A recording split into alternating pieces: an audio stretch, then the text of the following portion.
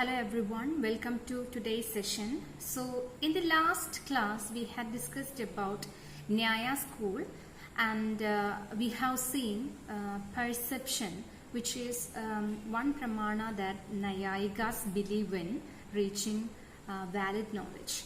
And apart from perception, they also believe in inference, comparison and testimony.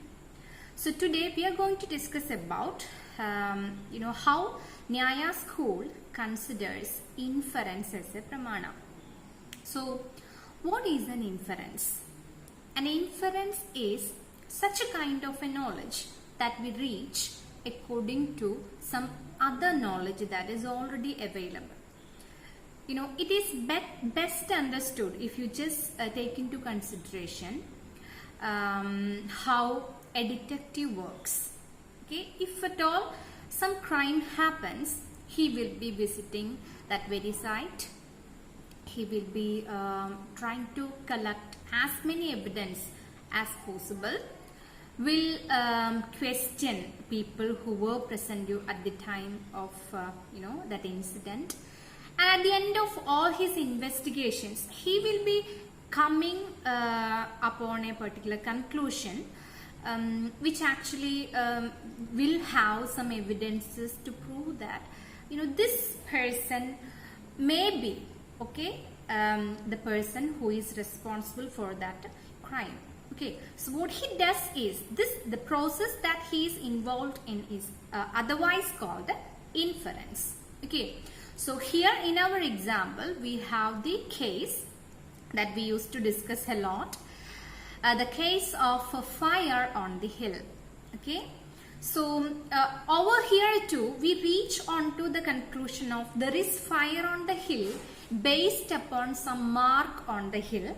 So the mark over here is smoke. Okay, we have seen the presence of smoke on the hill, and accordingly, because of our previous experience of a relation, a universal relation or vyapti which exists between fire and smoke, we come to the conclusion that there is fire on the hill. Okay, so this is exactly what is called inference. So inference is an indirect or immediate knowledge that we actually reach on the basis of certain other knowledge. Okay. When you just come down to inference in Nyaya School, the syllogic structure of influence inside Nyaya School has three structure, three sentence structure. So of course, accordingly you can classify those three structures inside statements inside the inference as the first one as paksha, that is the minor term. So in the case of the example fire on the hill is the paksha, just because it is the very place where that very thing, the subject under consideration is happening. Okay, the fire, it is there on the hill, so that is paksha. The second is sadhya. Sadhya is actually the subject under discussion, that is the fire. Okay, and the third is the linga or hedu, which over here actually means smoke. Okay, it's all because of that mark of smoke on the hill that we come to the conclusion, we make the inference that there is fire on the hill. Well, when you just go for a comparison of Indian syllogic structure and Western syllogic structure, in the case of Indian syllogic structure, we actually state conclusion first, then we will make use of the supporting arguments or supporting premises, okay, in order to substantiate the first conclusion, the first valid knowledge that we had stated. Okay, but whereas inside Western logic, it also has this three structured pattern, and in the Western logic we actually arrive at the conclusion on the third statement or on the third sentence. Okay, for example, I will get you a common syllogic structure like Amitabh Bachchan is the father of Abhishek Bachchan. Abhishek Bachchan is the father of Aradhya Bachchan. So, Amitabh Bachchan is the grandfather of Aradhya Bachchan. Okay, so in the third statement, we actually come to the conclusion. Okay, who is the grandfather of Aradhya Bachchan, and that is our conclusion. We reach on to that conclusion based on the two statements that we had actually given above. Okay, this is an example for Western logic. Even if we put our personal details in this syllogic structure, okay, in the place of grandfather, you can literally place your grandfather's name. In the place of father's name, you can place your father's name, and in the place of granddaughter or grandson's slot, we can place ourselves. So the ultimate conclusion will be the correct one. Okay, so this is an example for a Western logic. But whereas in Indian logic, we will be putting the conclusion first, and it will be followed by the backing evidences or proofs or evidences. That's it. Well, Naiyayikas actually divide inference into three. Okay, there are three classifications of inference. So let us move on to that. The first classification deals with two kinds of inference. One is inference for oneself or Swarthanumana, and the second is inference for others or Pararthanumana. So in the case of inference for oneself, we needn't get into any kinds or steps or propositions in order to prove that the very conclusion or the very inference that you have to reach. Just because in Swarthanumana we had discussed it in the Buddha school. In Swarthanumana, you actually go for making inference for yourself. So for that, you needn't get into any steps so as to prove it. Okay, but in the case of Pararthanumana, you have to go for a 5-step process in order to reach the inference. So you have to make 5 propositions. Okay, and according to that, we have, as I said earlier, 5 propositions. The first is Pratijna, the second is Hedu, the third is Udaharana, fourth is Upanaya, and the fifth is Nigamana. Okay, so moving on to the first one, let us take into consideration our example, our former example, fire on the hill. Okay, so in this case, Pratijna will be the hill has fire. Okay, so we are literally considering the conclusion as it is. The hill has fire. The second is Hedu. The Hedu is the second step. It goes like this because it has smoke. Okay, so the hill has fire because it has smoke. So you are proving that the hill has fire using the second, third, and the fourth steps. The third step actually substantiates Udaharana. So it goes like this. Whatever has smoke has fire. Okay, whatever has smoke has fire. You are giving an example. For example, you get into the kitchen. In the oven, you can see fire which has smoke in it. Okay, and the fourth one is Upanaya, as we discussed earlier. The hill has smoke. Okay, in this step, we substantiate that the hill has smoke, and smoke is something that is associated with fire. Okay, and this is, we are associating, further presence of it, okay, or our previous knowledge about the same, and which is called Upanaya. And the last, we are coming down to the Nigamana, that therefore the hill has fire.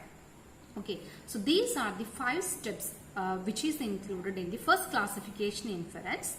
One among them, that is Pararthanumana. Second classification of inference deals with the 3 kinds of inference: Purvavad, Sheshavad, and Samanado Drishta. In the case of Purvavad, what happens is you just consider the idea cause and effect.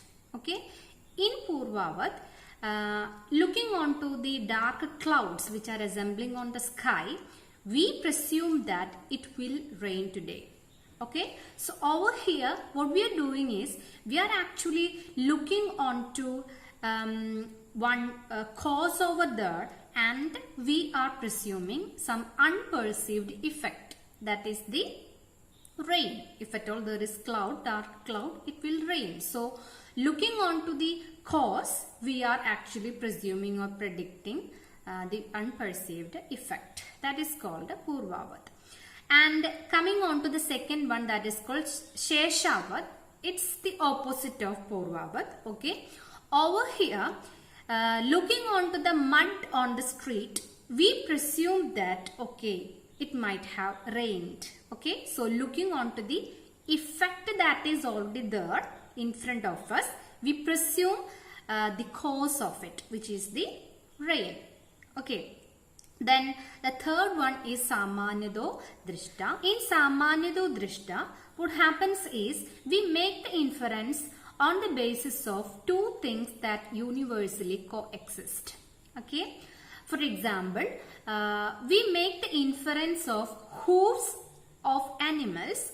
Hoof means that hard part on the feet of animals. Okay, so we make inference about the hooves of animals looking on to the horns of an animal. Okay, so that is what, every animal will be having two horns, and every animal will be having 4 feet. Okay, so we actually relate. Okay, we check or relate these two ideas together. This is called Samanyado Drishta. Moving on to the third classification of inference. The third classification of inference is based on the means of establishing Vyapti. Okay, let us again consider our example, fire on the hill. According to the third classification, we have 3 cases of inference. One is Kevala Nyayi, second is Kevala Vyadireki, the third is Anvaya Vyadireki. Okay, so let us consider the first one, Kevala Nyayi. In Kevala Nyayi, what happens is our middle term is positively connected to the major term. Okay, so we had already studied in the introduction part of the inference, and inference has 3 components. Okay, that is Paksha, Sadhya and Linga or Hedu. Okay, so Paksha is the minor term, Sadhya is actually the major term, that is the fire, and Hedu or Linga, that is actually the middle term. Okay, so coming over here, the case of Kevalanvai goes like this. If the middle term is positively associated with the major term, this is the case of Kevalanvai. Example is, wherever there is smoke, there is fire. And the second, it's exactly the opposite when we come to the second case of inference, that is Kevala Vyadireki. Okay, in Kevala Vyadireki, this middle term is negatively associated with the major term. Okay, so wherever there is no fire, there is no smoke. That is the case under study. And moving on to the third one, which is Anvaya Vyadireki. What happens is, Anvaya Vyadireki is a combination of the above two. Okay, so that is, the middle term is positively and negatively related to the major term. Okay, middle term is actually the smoke over here. Major term is the fire.